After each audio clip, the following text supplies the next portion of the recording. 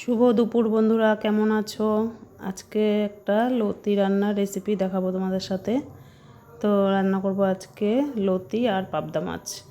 লতিটা পুরো নিরামিষ করব, যেহেতু আমি নিরামিষ খাচ্ছি সেজন্য নিরামিষই করব। তো লতিটাকে প্রথমে কেটে ধুয়ে নিয়ে কাঁচা লঙ্কা, নুন, হলুদ আর একটু কাঁচা তেল দিয়ে মাখিয়ে রান্না করব।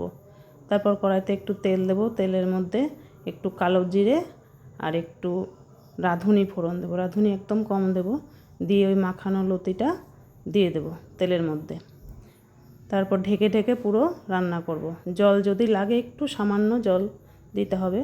পুরো ঢেকে ঢেকে রান্না করব। নামানোর আগে একটু ধনেপাতা দিয়ে নামিয়ে ফেলবো লতিটা। তো এইভাবে লতি রান্না হয়ে গেল। দেখো আজকে কী রান্না করেছি সাদা ভাত, শসা আছে, লেবু আছে, মুগ ডাল করেছি লাউ দিয়ে, চালতার টক, পেঁপে সেদ্ধ আর আছে লতির তরকারি, আর পাশে আছে একটু মাছ। তো আজকের ভিডিও এই পর্যন্তই, টাটা।